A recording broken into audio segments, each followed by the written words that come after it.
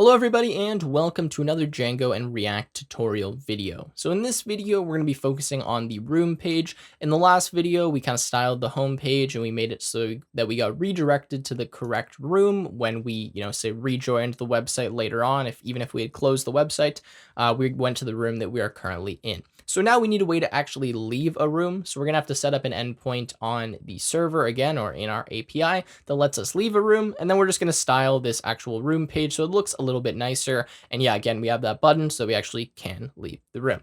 All right, so I don't think I need to give much more of an introduction than that. Let's just get started. I'm in my room.js component. Let's go to the top of the file and let's import some things we're going to need to do a little bit of styling. So we're going to import grid, we're going to import button, and we're going to import typography. This is going to all be from @material_UI/core, and we can end that with a semicolon. All right, so let's go to render here. I'll leave this stuff in case I want to use that just down there, and up here we'll start doing our render. So I'm going to set up a grid. This is going to be a container. We're going to say that the spacing is equal to 1, and then we can end the grid like that.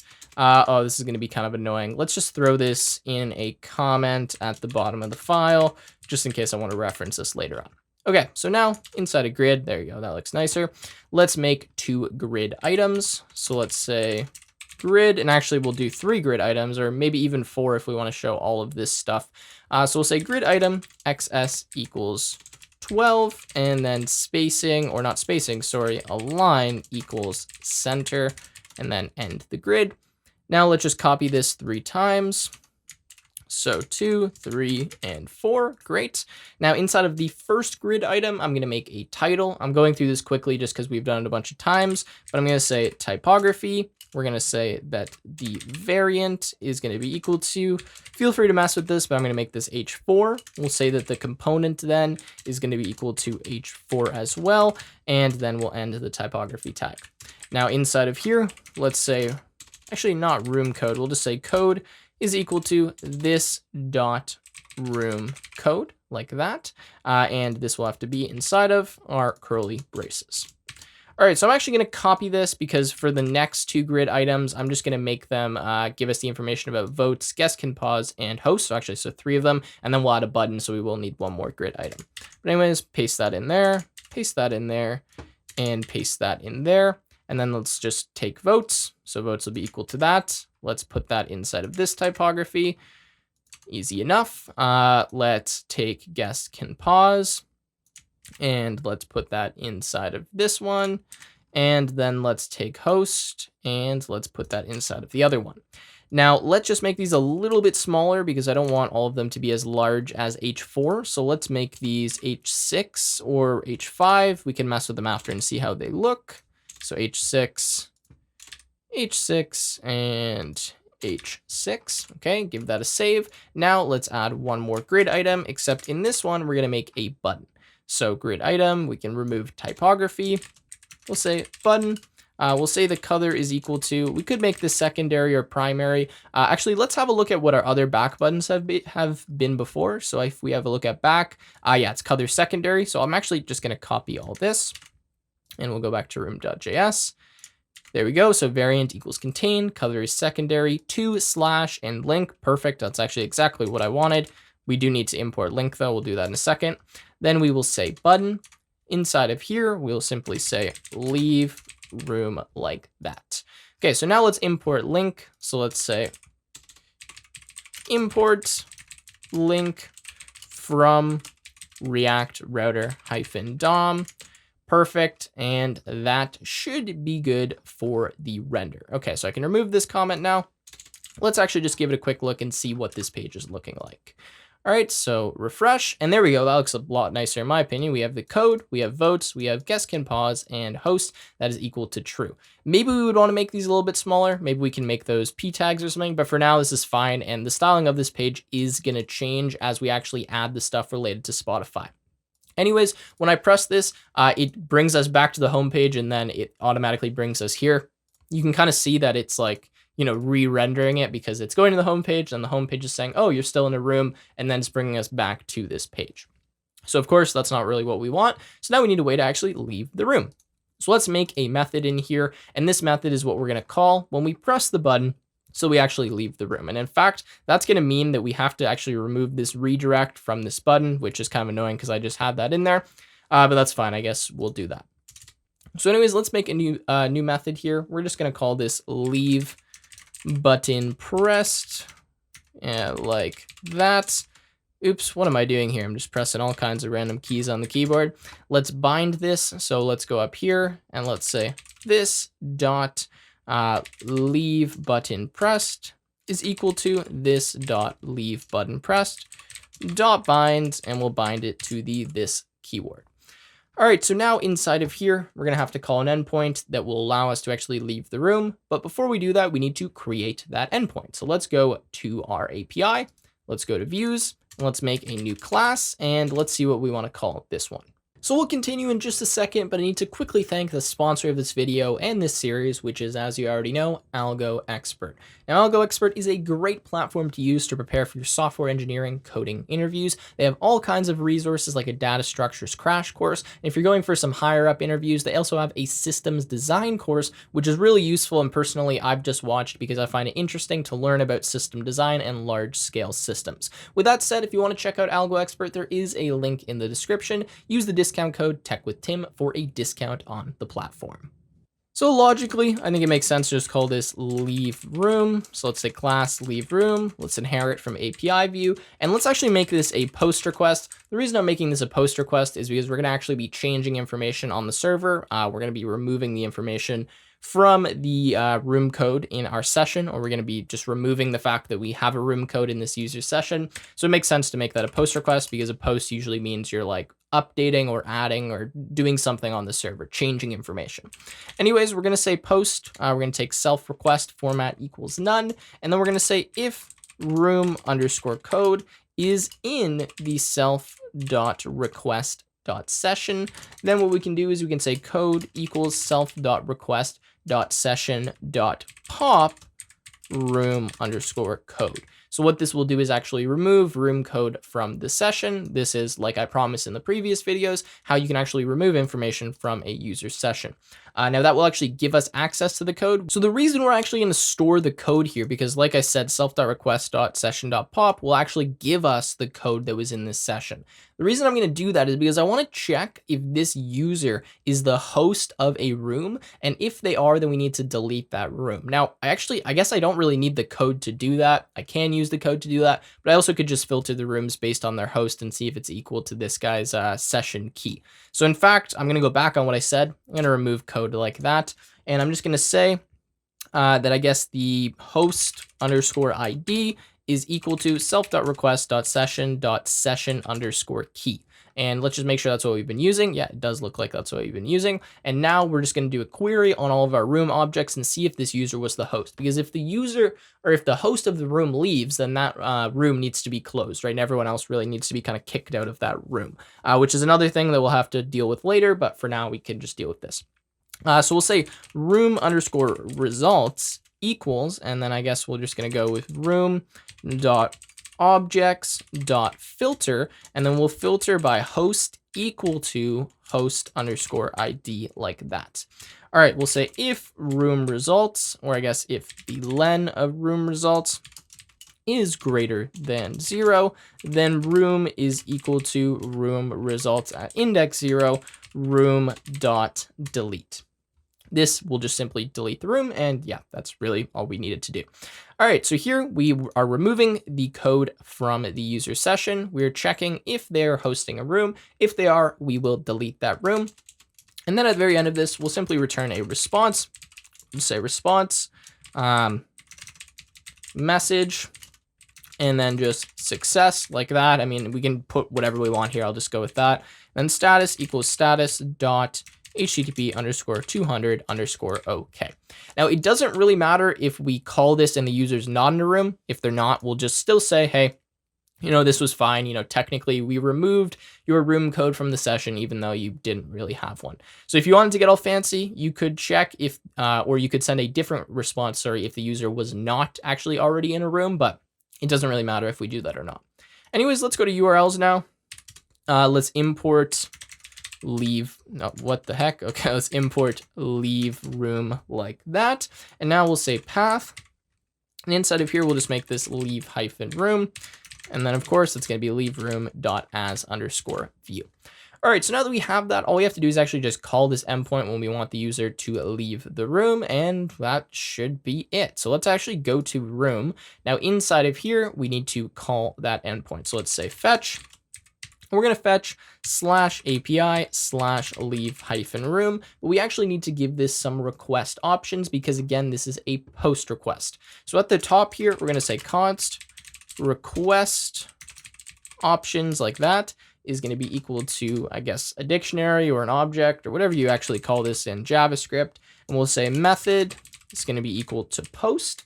And then we're going to say headers, and that's going to be equal to or colon content type like that. And then will it give me the autofill? No, it's not giving it to me. Application /JSON. All right, so now we'll simply pass that in. So we'll say request options like that. And then we'll add our dot then, and we can simply take the underscore response, and then we actually don't really care what the response is. That's why I'm giving it an underscore. And what we'll do here is after we have done this, so pretty much after we have actually called this endpoint and we've left the room, we will redirect to go back to the home page. So pretty much what I'm trying to say here is that right now, or you would have seen previously, when we tried to leave the room, it automatically redirected us back to the room, right? Because if you go to the home page, when we go to the home page, it would have checked, hey, is this user in the room? We are in the room, so then it automatically brings us back to the room. Obviously, we don't want that. So before we redirect to go back to the room, we want to make sure we've actually left the room, and that by calling this endpoint right here, we're not going to get given the fact that, hey, this user is still in the room. So we're pretty much just waiting until the server updates our information. And then once it does, we head back to the home page so that we don't get redirected back to the same page we were just on. So that's why I'm going to go here to button. I'm going to remove the to and the component, which actually means now I can remove the link import. We don't need to use that. And here, I'm going to actually just use kind of the code way to redirect us. So I'm going to say this dot props dot push, and then inside of here, I'm going to say /room/ and then the room code, or sorry, what am I saying? /room. I'm just going to redirect to actually / because we just want to redirect back to the home page. And well, that is denoted by /. So that is actually all we need to do. And now this should work if we put this leave button press method as the on click for our button. So here, let's go and let's say on click is equal to, and then this dot leave button pressed. All right, so that should be all good. Let's give this a shot and see if it is all working. So refresh, just for good measures here, I'll just empty the cache in case. We press leave room and nothing is happening. Interesting. Okay, so let me have a look here and, oh, wait, looks like we have some errors. This dot props dot push is not a function. Okay, so I've already determined what the error is. I think this is supposed to be this dot history. It might be this dot props dot history, or it might be this dot history. What is it? I think it's this dot props dot history dot push. Now I think I showed this to you before, but this is literally just going to redirect us to whatever page we put here. So I think that's the right one. Let's try this now. Let's refresh, leave room, and internal server error. Okay, that's annoying. Let's have a look at the Python server and see what's going wrong. And another silly mistake on my part. This does seem to happen a lot. I have room.object.filter. This needs to be objects.filter. And we should be good now. So sorry, just on line 100. Again, you guys can look at the code file in the description. But this should be objects, not object. You probably realized that when I made the mistake. But anyways, let's refresh. Leave room and leave room. Okay, so that worked, but now we're getting more errors. So let's have a look at this and see what's wrong. All right, so I'm back after probably about 15 minutes of trying to look through and figure out what the heck was going wrong. So I've actually had to make a fair amount of changes. They're currently changed, but I'll kind of like erase the change and then rewrite it so you can see what happened.